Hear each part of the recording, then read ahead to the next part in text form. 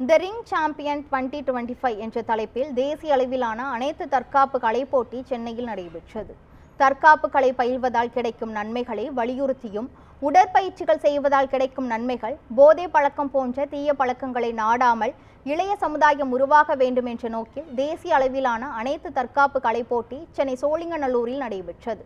Motherland martial arts அகாடமியின் grand master Hanifa தலைமையில் நடைபெற்ற இந்த போட்டியில் தமிழகத்தில் உள்ள பல்வேறு மாவட்டங்களிலிருந்து 300 மாணவர்கள் பங்கேற்றனர்.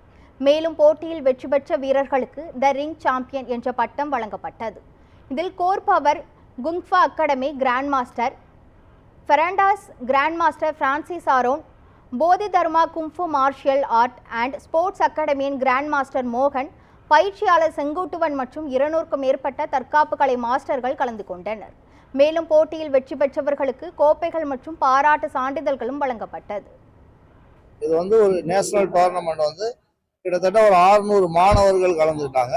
மாநில அளவில், இந்திய அளவுலேயும் சிலர் கலந்துக்கிட்டாங்க. ஸோ இதை மிக சிறப்பாக நடத்தணும் அப்படின்ட்டு நாங்கள் தொடர்ந்து ஜனவரியிலேருந்து இன்னைக்கு டேட் வரைக்கும் அதை முயற்சி எடுத்து இன்றைக்கு சோழிங்கநல்லூரில் உள்ள நமது கைலாஸ் கார்டன் என்ற ஒரு வளாகத்தில் மிக சிறப்பாக அந்த டோர்னமெண்ட்டை 2 நாட்கள் தொடர்ந்து நடத்தி இன்றைக்கு அதுக்கு வெற்றி பெற்றவர்களுக்கான அந்த பரிசளிப்பு விழாவும் தற்போது நடந்து கொண்டிருக்கிறது.